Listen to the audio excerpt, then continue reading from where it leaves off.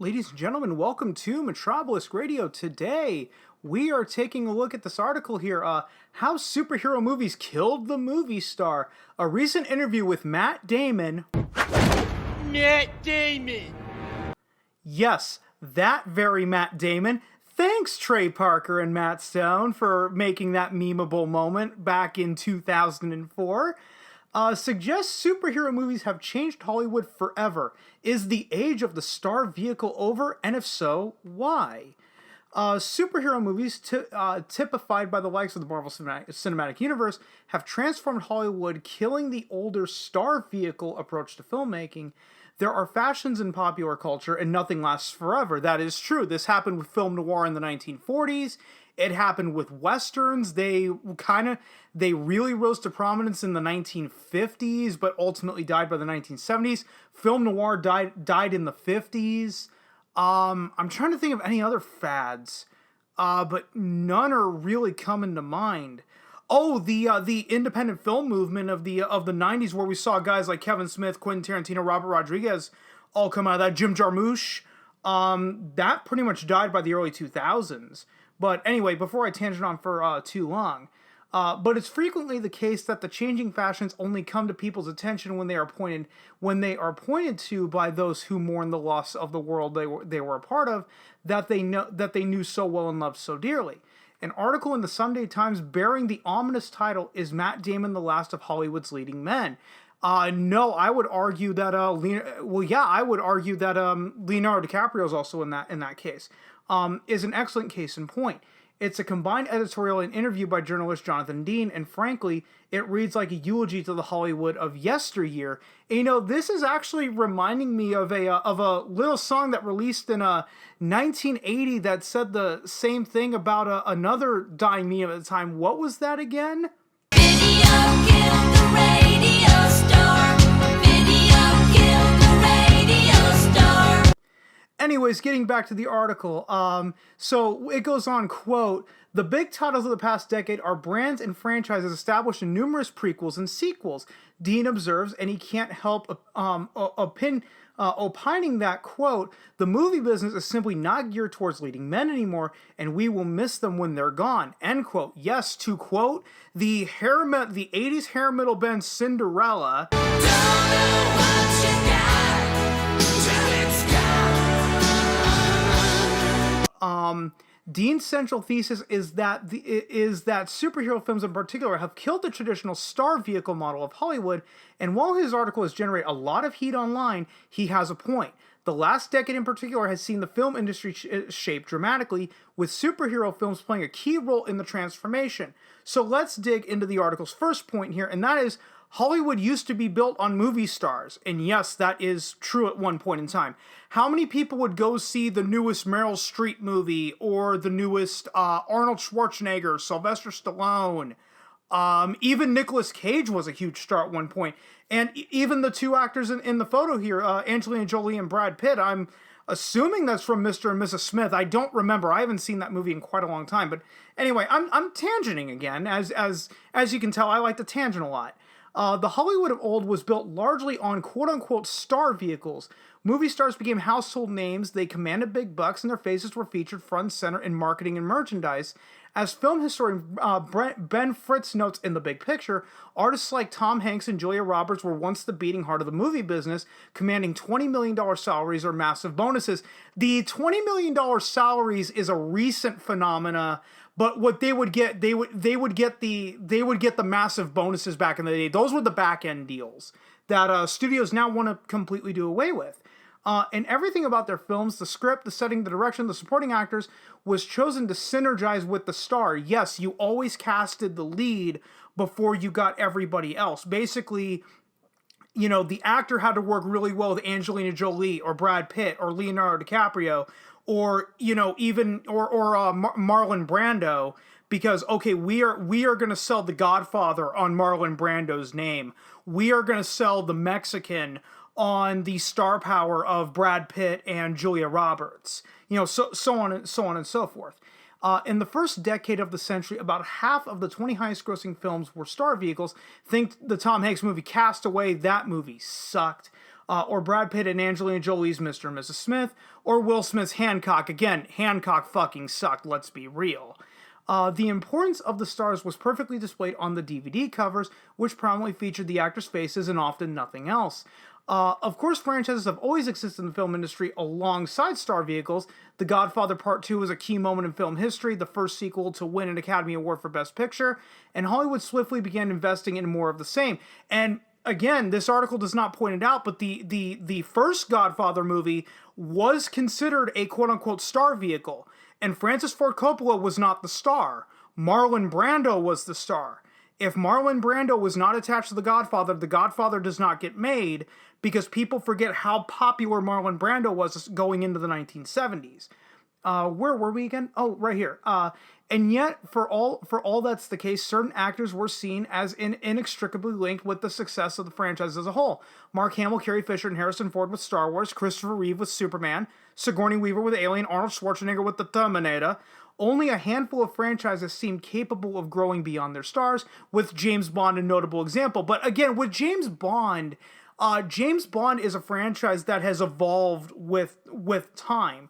You know, they moved on from Spectre to fighting the Russians for a while, and then once the Cold War started dying down, they did a couple other things. I think Bond went on a personal mission. He then helped out the Taliban, and then going into the 90s. Now you're going into post Cold War. So that's how James Bond has been able to grow beyond the Bond actor, is that they always evolved with it. The James Bond franchise always evolves with the times. But as the 21st century began, there were already hints this was the beginning to change. Now let's get into the second point of the article. Now Hollywood is built on IPs, especially comic books. Audiences are no longer loyal to actors. Well, some are, but I'll give you that, most aren't. But instead are devoted to franchises and intellectual properties, especially comic book adaptations. The trend was already becoming visible in the first few years of the 21st century, with George Lucas releasing the Star Wars prequels that didn't feature Mark Hamill and Carrie Fisher, reboots of Batman and Superman, and new franchises such as The Matrix, Pirates of the Caribbean, and Harry Potter. But it was accelerated by the launch of the Marvel Cinematic Universe in 2008, with Iron Man making the ambitious promise of a shared cinematic universe where a wide range of heroes and villains could coexist, an overarching narrative that built to its first climax in 2012's The Avengers. And people seem to forget that back in 2008, post-credit scenes were not a thing. So that scene where Nick Fury is meeting with Tony Stark and talking about forming the Avengers, most people in 2008 did not see that scene at the time. So I would actually argue that, you know, the launch of the Marvel Cinematic Universe really did not come until the Avengers was announced, and then people knew about that scene. Marvel Studios swiftly developed a reputation for superb casting, but their actors were not the biggest draw. The characters they played and the world in which they operated were. The success of the MCU led other studios to attempt to mimic it, establishing their own shared universes and increasingly focused on already established franchises. Some movie stars noticed the trend and attempted to capitalize upon it. One of the most interesting examples is Will Smith, who recognized the decreasing importance of star power and the shift towards franchises. He hoped he could create a new one with After Earth, and After Earth straight up fucking sucked. Quote, each generation discovers a world that connects with them on a visceral and emotional level, he pitched to Sony.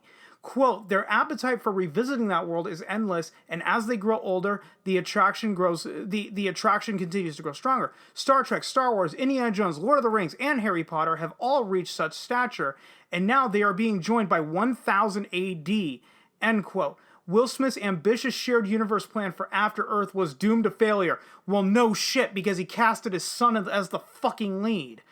While he had correctly diagnosed the change in pop culture trends, he failed to note the appetite was for IP with pre-existing fan bases, not original franchises. Modern-day Hollywood is overwhelmingly dominated by franchises. This is best illustrated by casting an eye to the top 10 global blockbusters of 2019, 2020 being disrupted by the coronavirus pandemic. It consists of 4 Marvel or DC superhero films, 4 Disney and Pixar sequels or remakes, Star Wars The Rise of Skywalker, and Jumanji The Next Level. That's not to say actors no longer matter, they do, and certain actors still have a draw. but increasingly actors' names matter precisely because they are associated with a certain brand, and only when associated with that brand, as is suggested by the box office performances of the films outside of the brands, which leads the article into the third and final point. Most superhero actors don't thrive outside of superhero movies. It's now becoming clear that starring roles in superhero blockbusters don't necessarily serve as a springboard to success in all other projects. Again, this is best seen by casting an eye to the Marvel Cinematic Universe, where actors have struggled to draw the same kind of crowds they saw when they suited up against Thanos. Robert Downey Jr. became a household name as Iron Man, but Doolittle was a bomb that failed to recoup its budget.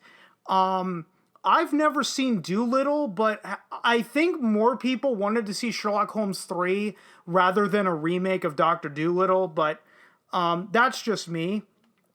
Chris Hemsworth is iconic as Thor, but Men in Black International, Ghostbusters, Black Hat, and The Huntsman Winter's War all barely moved the needle. Chris Evans has found some success with films like Knives Out and Snowpiercer, but it's been hit or miss. The only notable exception to this pattern seems to be Scarlett Johansson, who's currently suing Disney at the time, who went on to star in 2 Oscar-nominated roles in 2019. It's interesting to note that she was paid $20 million for Black Widow, and Johansson is suing Disney over Black Widow's streaming release. Hey, they actually do bring it up. Perhaps indicating a degree of confidence in her prospects. The fact she had a strong established career before playing Black Widow likely plays no small part in her continued success. Yes, Scarlett Johansson was a movie star before joining the MCU, unlike most of the actors. Unlike most of the relative unknowns cast as the original Avengers and Robert Downey Jr., struggling to reestablish his career, Johansson had been a relatively well-known name long before the MCU. Yes, she was a child actor for many, many years. Still, even allowing for the odd exception, it's clear popular culture has shifted. Audiences no longer turn up to see Robert Downey Jr., but rather to see Iron Man played by Robert Downey Jr. They aren't invested in Tom Holland, but in Tom Holland's Spider-Man. If Uncharted takes off, Holland could be one of the few new actors to anchor multiple tentpole franchises, but it's worth pointing out again that Uncharted is based on a pre-existing video game IP. Yes, and I don't think Uncharted's going to work as a movie, in my opinion. These days, there are few actors capable of launching multiple brand new original franchises like Harrison Ford or Keanu Reeves. Hollywood has changed, and while the sorrow and frustration of those who loved the Hollywood of yesteryear before the MCU are understandable, it's better to adapt, and that's how the article ends here. The funny part is I feel that we are in the twilight years of the superhero comic book movie genre, and many people have been pointing this out, and we even pointed this out with film noir. Film noir started off in the 30s, did not really take off until the 1940s, but then started to die by the 1950s.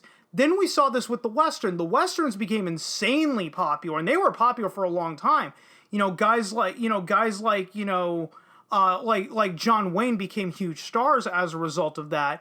But ultimately, the Westerns died out in the early 70s because they went through a rebranding phase in the 60s with the quote-unquote spaghetti Westerns. And unfortunately, I can't think of any other genres I know another one, the disaster movies. If you remember those from the 90s, you had a bunch of those with, Stargate, Independence Day, Volcano, Dante's Peak, fuck me. What's another one? Godzilla would be considered the Matthew Broderick film. But what happened to the disaster film? They largely died out in the early 2000s. So it's funny how they're saying that, the superhero movies killed the movie star while they're not wrong.